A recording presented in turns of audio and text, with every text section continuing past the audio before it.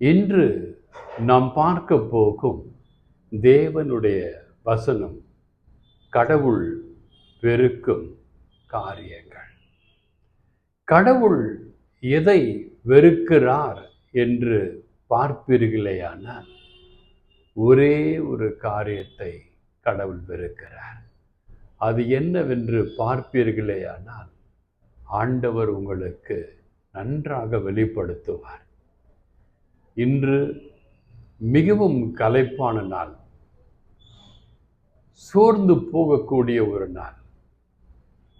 இன்று ஒரு சில அற்புதங்கள் நடந்தது.